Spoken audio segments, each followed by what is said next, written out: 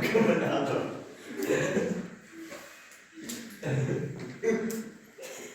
Ej! Zniszczyły mi wszystkie kurde talerze. Ej, tak wybuchało! Ale ładny tak zrobiłem. A, kur...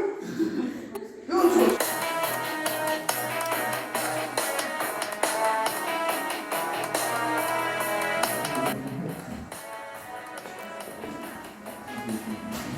Ale to jest zaraz wieczne.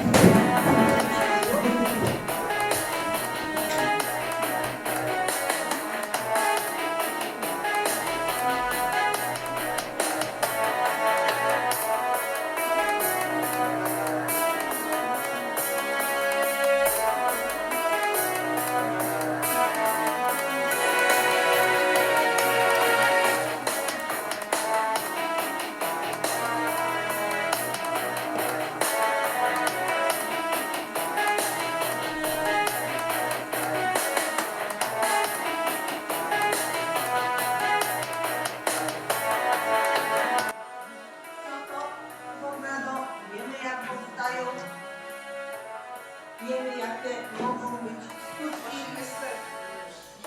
Aleje Kornat żeśmy sobie pokazali i mówiliśmy, że skutki są katastrofalne. Przy okazji z panem Michałem edukacji dla bezpieczeństwa.